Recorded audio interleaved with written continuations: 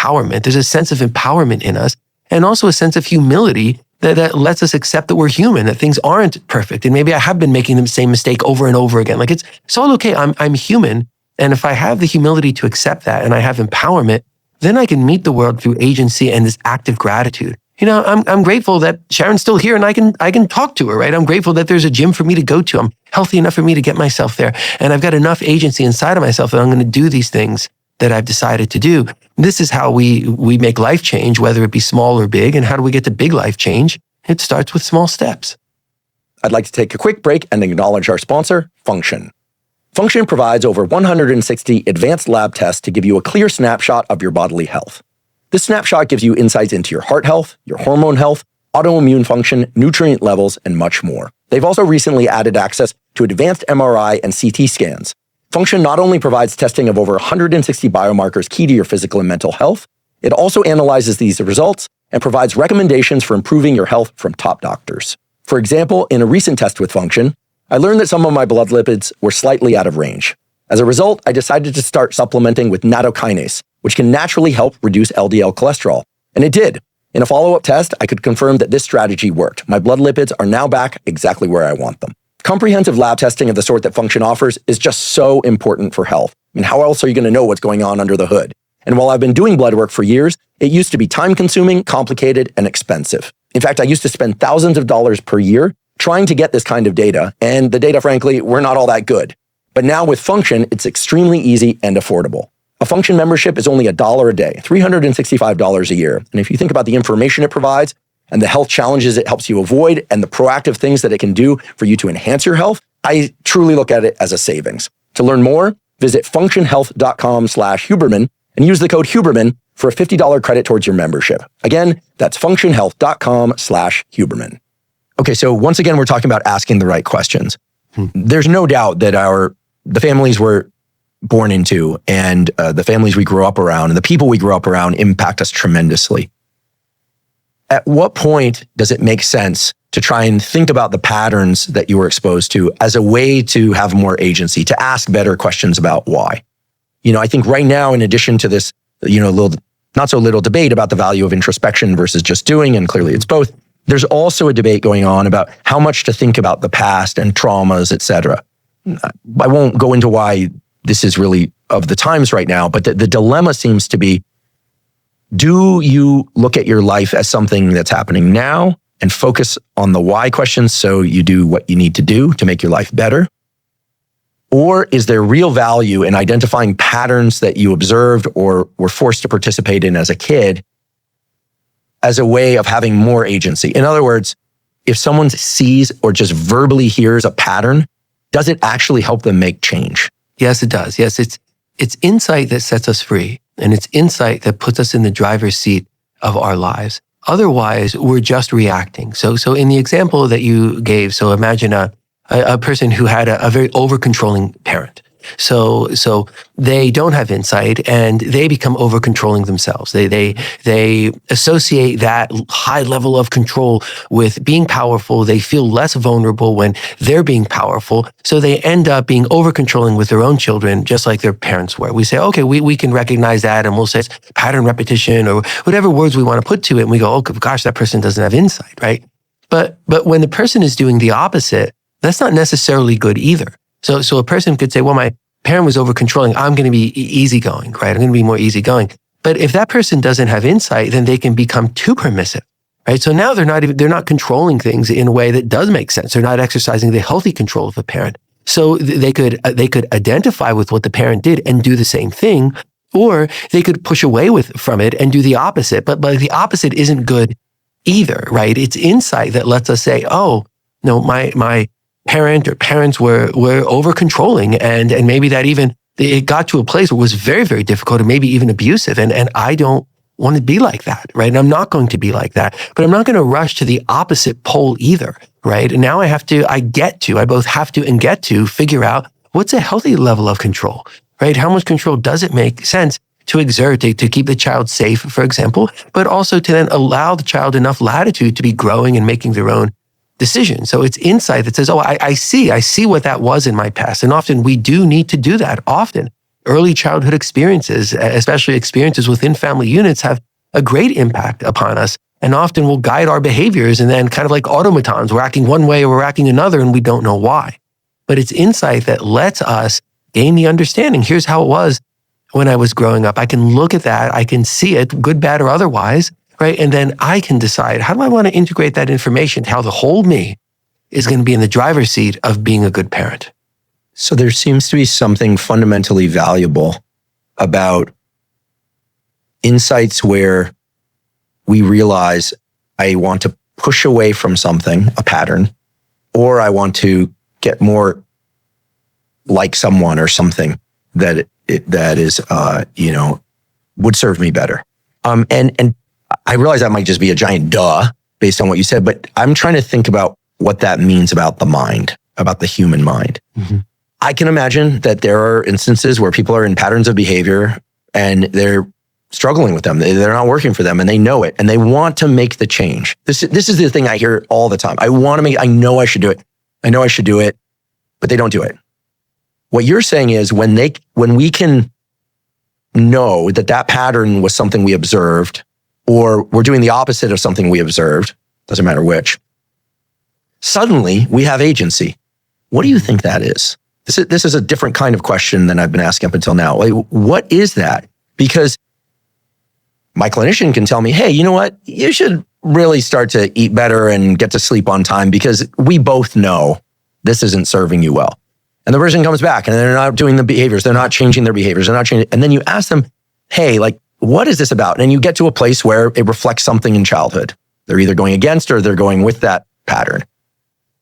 You're telling me that realization gives them a sense of agency. Aha, it comes from me, but I didn't program that in. Like, what is the insight? Like, what allows that? What is the wedge that lets people change their behavior simply by understanding that some or all of it is inherited from a pattern? When we realize that there's something, whether it's external or internal, controlling us, right? It diffuses that tension. And part of why it diffuses the tension and lets us see clearly and gives us control is because we don't like it. None of us want to be like in the Manchurian Candidate, right? Where there's a sound and then we behave in a certain way and, we're triggered in a certain way and then we just do something and we do it automatically. Like we don't like that. And if we realize, oh, that's happening in me. So if I realize, gosh, I've been programmed, right? And if someone is disagreeing with me, like it makes me feel so bad or so vulnerable or insecure, it makes me feel like I felt when I was a kid, right? So now what I'm doing is I'm being just like the parent was. I'm not giving my child a chance to have his or her own opinion. And now, because I won't let myself tolerate that feeling. So what's happened is it's just been automatic from when I was a kid and it felt so bad. And now I'm in the position of trying to make myself feel good by imposing that on my own child. I don't want to do that, right? Wow, I see that. Or realizing that because that happened and I wasn't allowed to have my own say when I was growing up, I'm letting my children kind of run wild in ways that aren't even safe for them. And wow, like I pushed so hard against that, right? It's this realization that something inside of us is being triggered and then we just do something automatically that we haven't thought about or decided to, right? That is a very, very strong effect on humans. We really don't like that. So if we can combine that with compassionate curiosity, like if one of us were really, really, really hungry and there's food right outside the door, but we're not getting up to get it, it's a reasonable question to ask why, right? I mean, it's got to be something very powerful to keep a person who's so hungry from just going and getting food. What are these forces within us that are exerting such control over us? Now we get the person to be on their own side. Instead of saying, I want to do A, B, and C, but I just can't, or there's just not enough time. They're like, whoa, that's not, I don't know. Why is it that I'm telling myself, do I really want to do it? If I do, what's keeping me from doing it? How am I keeping me from doing it? Now we bring our gumption, we bring our resources internally and externally to the problem, and the whole thing shifts. Oh man, that helps a lot. Not just me. I have to say, people not feeling motivated, people not being able to break a pattern that isn't serving them, whether or not it's action or inaction, is probably the most common question I get. Mm-hmm. It's the most common theme. It's probably the reason why podcasts like this can exist. Mm-hmm. I mean, I think people have a natural curiosity about the science and the intellectual aspects and neural circuits and hormones and all that kind of stuff. But I think ultimately people want more agency over their behavior. They want to feel that. Yes. And I think what you said is like blaring in the room, at least for me, that people don't like to be controlled. So much so that we know that we got kids to quit smoking back in the in the 90s, early 2000s by advertisements of rich old white men writhing their hands, cackling about the health problems that people are getting while they're getting rich. That's what stopped teens from smoking, right? It was, you're not going to control me. It wasn't that they didn't like smoking. Nicotine's incredibly reinforcing, right? The moment that you have an enemy, you feel a sense of agency. You said, no, you're on your own side. So realizing one is being controlled is, I realize I'm just saying what you're saying, but I want to make sure this really resonates in my own mind and for the listeners. That's the essence of agency. You have to be on your own side. And to get on your own side, it's helpful to not necessarily have an enemy, but to say, oh, this is all about my parents. And I'm going in the opposite direction in ways that are defeating me. They're controlling me, even though I think I'm controlling me. Boom. Right. Behavior changes. Or, oh shit, this is just like my mom or just like my dad or just like the environment I grew up in. And now somebody can advocate for themselves. Yes. I also see this in the media nowadays. I mean, so much of social media is about us, them. And gosh, people are like perfectly happy for understandable reasons to be like, you're not going to control me. We saw this during the pandemic. We see this at every level. Yes. What is this human thing about not wanting to be controlled that in this context is very positive, right? Yeah. There's something about the human primate brain. Yeah. That like we don't like to be controlled. And that sense of agency can blossom out of that. Yeah. I think that's incredible. Yeah. We don't want to think or know that someone or something is putting one over on us. Like, humans don't want to be dupes. We don't like that, right? It makes us upset. And here the magic realization is that there is no enemy, right? That we can get in our own way. And who's most likely to thwart my efforts towards being healthier? It's absolutely me, right? So I can get in my own way, but it doesn't mean I'm my enemy. So if I do really, I want to be healthier and I want to get to the gym to be healthier. Okay, who's standing in my way then? It will be me. But I say, well, why am I standing in my way? I secretly hate myself and I want myself not to be healthy. No, it's not that. If I'm standing in my own way, there's a reason. I really think that I have so much to do and it's for other people and it means more than me. So really, I don't think I deserve the time and energy it would take. I'm not going to spend it on myself. Maybe that's why I don't go. Or maybe I don't go because I'm trying to protect myself, right? Because I'm worried the last couple of times I tried, it didn't go well and I felt worse. So I don't even want to start. So I'm standing in my own way because of fear of failure, right? There's a lot of reasons. There's many, many, many reasons we could be standing in our own way, but we're not our own enemy. So the realization of like, why am I doing this? I don't have to do this actually. There's one me and I could say, well, if I really want to go to the gym, but I'm not going, I want to go and I don't want to go. It must be true or I'd be there, right? Why is it that I don't want to go? Am I not worth the time and energy? Maybe.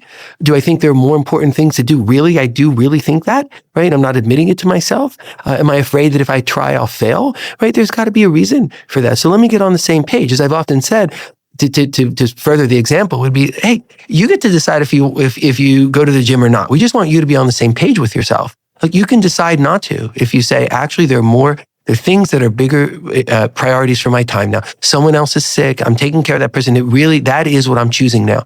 Okay, so I'm not going to go now. And the whole me decides that. But on the other side of this, when this drain on my time and energy is different, then I am going to go. Right now, the person's on the same page and they're not making themselves feel worse by wanting to go and not going. Or I might say, I really do want to go, but I know I'm standing in my own way because I'm afraid I'll fail. Okay. And then maybe I get upset. The last 8 times I tried, I failed, right? Now we're really digging, where the money's at, right? Because we go and look and say, okay, you're protecting yourself. How do we try and set you up for success? So you'll want to go forward this time because you'll see that it's different from the other times and you won't just be repeating something that just made you feel bad. So that's how we get all our arrows pointing in the same direction. We realize there is no enemy here. There is me standing in my own way, but that's okay. I can look at that and I can figure that out. And now we're at that simple goodness principle where, we're all on the same page with ourselves and we accomplish our goals.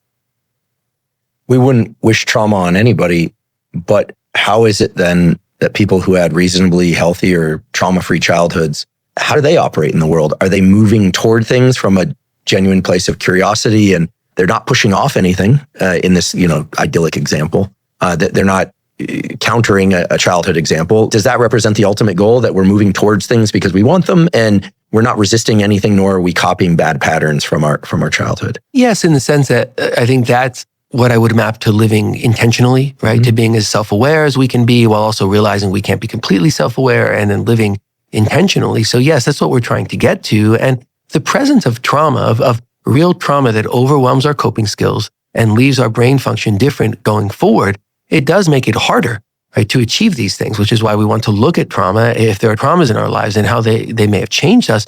But it doesn't prevent that. I mean, people can have significant traumas and still be on this path and have some insight into how the trauma is affecting them, and even insight that the trauma needs more work, maybe, to really get our arms around it. But that person can still get there. Likewise, someone who hasn't had trauma might have real difficulty getting there. If I haven't had major trauma, but, just circumstances or my own maybe overly ambitious with not enough time and energy. Hey, I did try and get to the gym 4 or 5 times and it didn't work out. And I really do feel down on myself, and it's not linked to any prior trauma. It's just I've gotten in this cycle. And every time I think about being healthier, now I'm telling myself, oh, you'll never be able to do it, or you messed it up 3 times. And so I'm inadvertently making it harder for myself. And without any pre-existing trauma, that person can end up having much more trouble, than someone who does have pre-existing trauma. Or how do you respond to the words, I get tired just thinking about it? Like something that would be good for somebody. I get tired just thinking about it. And it involves energy. Right. I'm not giving you a very full picture, but I'm guessing you've heard those words before. Sure. Well, I want to understand a lot more about that. Because what that tells me is there's a lot of brain space and a lot of energy, right, that's taken up in the thinking of it. So for a lot of people, they get so tired of thinking about trying to go to the gym, because thinking about trying to go to the gym takes more energy from them than actually being there. Right? Because it's running around in their head how they failed and how bad they're going to feel and how they really want to do this. And maybe they will, and maybe they won't. And there's so much going on inside of them that they're making something very, very complicated.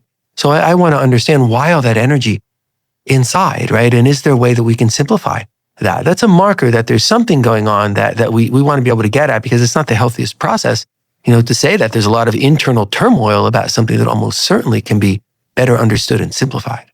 So that statement represents 10 mental workouts.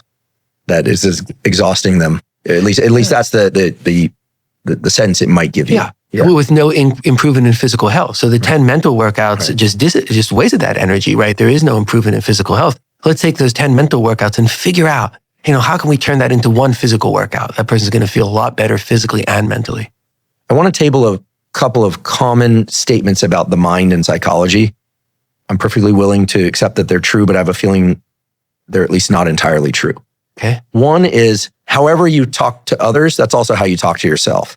Is this just like nonsense?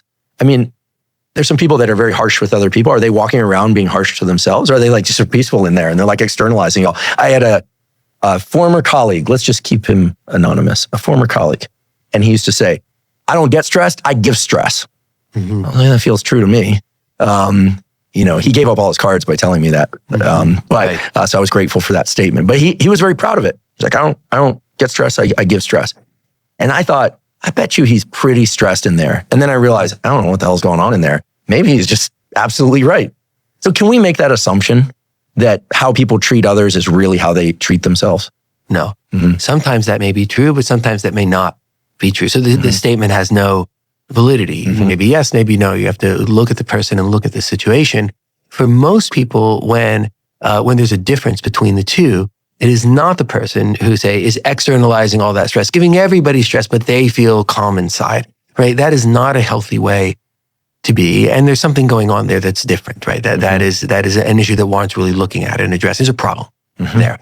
For most people, if it's different, it's the opposite, where people are treating others much, much better than they're treating themselves. And they may say, well, that's okay. Maybe we each made a mistake. And I get it. Everyone makes mistakes, right? I may say that to you, but then go, what's wrong with me? Or, I maybe act very differently inside. And that's mostly what good people do, is we'll give other people a kind word or a benefit of the doubt, but we get very harsh, and our language and our tone inside of ourselves can be very different. And this idea of if you're going to make yourself special, don't make yourself special in a negative way, right? I mean, it's partly in jest, but it is saying, for most of us who are making ourselves special, it is in a negative way. Other people can get a pass about something. They made an honest mistake, or we'll give them another chance, whatever it may be.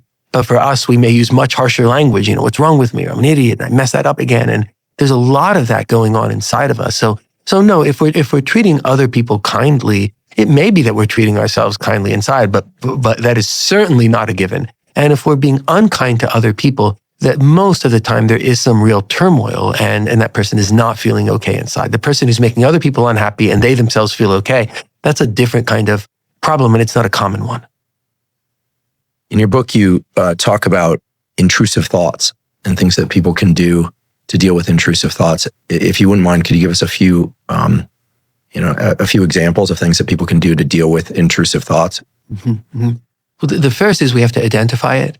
And there are people who have intrusive thoughts, something they may say to themselves hundreds of times a day, and they're not aware of it until they stop and think, like, what am I saying to myself over and over again? What's running around? Being aware of our self-talk, right? The idea that we're not safe, or worried about one's children and safety, or worried about I'm going to get fired, or there's not going to be enough. These things can come to us over and over again without us being aware of it. So the first thing is we must be aware. And it may sound strange to say we could say something to ourselves hundreds of times over and not be aware of it, but absolutely that happens. So we have to be curious. Well, what is it that I'm saying to myself in these quiet moments? And then what purpose is it serving? So if I keep telling myself that nothing's going to be okay, like, why am I saying that? Am I so afraid that nothing's going to be okay that I'm trying to save myself from the shock of nothing being okay? Maybe, right? Maybe that's going on. Am I just so afraid about something? Something happened in the past, someone was hurt, or there was a loss, and now the intrusive thoughts tell me that things can't be okay, but what it's telling me is I haven't processed that loss. Like there is going to be a meaning.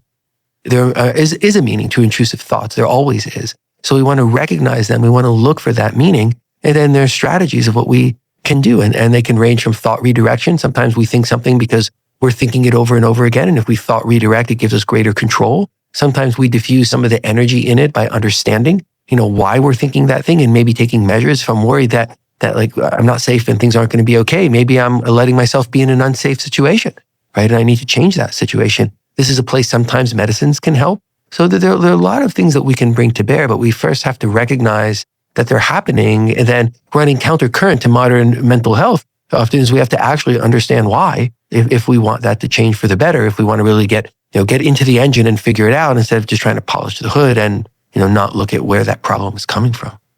In keeping with commonly discussed themes out in the world that I question, are our dreams informative? And is there anything that we can know about ourselves, like patterns of thinking when we're awake, that make our dreams more informative? For example, if I tend to think in analogy or parallel construction, and will the content of my dreams be more meaningful to me to understand through the lens of analogy or parallel construction? I'm not sure about the last point. I don't know. I just don't know. And my clinical experience has been people's dreams can have a lot of meaning, regardless of what kind of thinker they are. So someone who might be, for example, a very concrete thinker may have dreams that are really telling us a lot, because what the unconscious mind wants to bring to the surface doesn't have a lot of room to do that, right? Because that person is thinking concretely, and they're not thinking in analogies or parallel processes, and they're not opening up their mind that way. So the dream is expressing something there's no other way of getting to the surface. Or it may be people who are very expressive and cultivate routes of expression, have informative dreams. I think the one factor is being curious about ourselves, right? Because then we tend to remember more what went on inside of us. We tend to then either think through enough or write down and become curious about ourselves. So I think being curious about what our brains are telling us during sleep can be very helpful. I haven't known of another quality or characteristic of a person that really points strongly one way or another. And sometimes dreams don't have meaning, or they don't have meaning we can clearly discern. So we have to be careful. We have to be respectful of how complex our minds are. And sometimes we're looking to read something in to a dream, or, we want to see it as a marker along the path where, our thought is going. So we have to be very careful and very sort of level-headed. But if we approach that way, it can be remarkable, amazing what dreams can sometimes tell us, and how something can come out allegorically in a person, that is, speaking to events that have unfolded across years, in a large family system. And you find in a very simple way, an allegorical way, the brain is capturing that. So curiosity about ourselves and our dreams can really give us a lot of insight, but we have to be careful about it and be respectful of our own complexity. It's an unfortunate reality, but tap water often contains contaminants that negatively impact our health. In fact, a 2020 study by the Environmental Working Group estimated that more than 200 million Americans are exposed to PFAS chemicals, also known as forever chemicals, through drinking of tap water. These forever chemicals are linked to serious health issues, such as hormone disruption, gut microbiome disruption, fertility issues, and many other health problems. The Environmental Working Group has also shown that over 122 million Americans drink tap water with high levels of chemicals known to cause cancer. It's for all these reasons that I'm thrilled to have Rora as a sponsor of this podcast. I've been using the Rora countertop system for almost a year now. Rora's filtration technology removes harmful substances, including endocrine disruptors and disinfection byproducts, while preserving beneficial minerals like magnesium and calcium. It requires no installation or plumbing. It's built from medical-grade stainless steel, and its sleek design fits beautifully on your countertop. In fact, I consider it a welcome addition to my kitchen. It looks great, and the water is delicious. If you'd like to try Rora, you can go to rora.com/Huberman and get an exclusive discount. Again, that's Rora, RORRA.com/Huberman. In your previous book on trauma and in our previous discussions about trauma, you've said that anxiety, trauma, stress doesn't know the clock or the calendar. Time is erased. The negative feelings that one feels in those states seems like it's going to go on forever, which is why it's so scary. Mm-hmm. It sort of suggests that, the way that we thread ourselves through our life is by kind of segmenting time. Like that was then, this is now. Right? That's a healthy version, that the past doesn't necessarily dictate the present doesn't necessarily dictate the future. But I think for many people, the fear, the anxiety they feel, for many people on a daily basis, it is so uncomfortable because we just, in those states, we can't imagine feeling any differently, but we cognitively know that this is just a state. It's just a thing. What sorts of tools do you offer people to try and anchor themselves in those states? Should they just feel them, perhaps? Just let them pass through? Or is it useful, perhaps, for them to anchor to some sort of thing outside the experience so that they don't get carried by it, to get out of the stress? And I think what I'm trying to do here is get to a fundamental question. Feel your feelings, or be careful of feelings that put you out of a sense of time passage, because those tend to be dangerous feelings. It has to start with understanding. We have to be able to shine the light everywhere and look at what's true. So as I found myself saying many times, you can say that was then, this is now, but your limbic system doesn't care, right? And our limbic system are the emotion systems in us. So we can say, well, the past is in the past, right? So I'm going to put it in the past. We can say that, but we're saying that through logical mechanisms in us. So if there's logical mechanisms and limbic or emotion mechanisms, it's a simplification, but we can look at the brain that way and say, well, the logic mechanisms are telling me that, and they're declaring that it's true because the clock says that it's in the past. But the limbic, the emotion systems have a very different reality. They don't see it that way. They don't know that there's a clock or the calendar. So it's not that was then, this is now. A trigger in the now can make then now. So we want to be aware of the emotions that are going on inside of us and the strong emotional states that we can get into, right? Because they're telling us something. If something happens just in going through life, and something that might even seem small from the outside, but I'm triggered or I'm cued in a way to be in a very deep emotional state of fear or vulnerability, and I can map that to I felt, when X happened, or I felt 20 years ago when this happened, right? That's telling me something, right? It's telling me time is not like a steel rod going, in one direction. That's the logic systems. In the limbic systems, it's like a string, right? And something just made me feel right now exactly the way. It took the string from now to this thing that happened, say, 10 years ago, and it put the two parts of the string together. That's real for me. And it's telling me there is emotion in something from that time that I have not worked through, right? Was I aware of that? Am I kind of aware of it, but I'm pushing it down under the surface? If I'm having strong emotions where I'm lost in the past while in the present, it's a marker of something. And very often we get afraid of that. We turn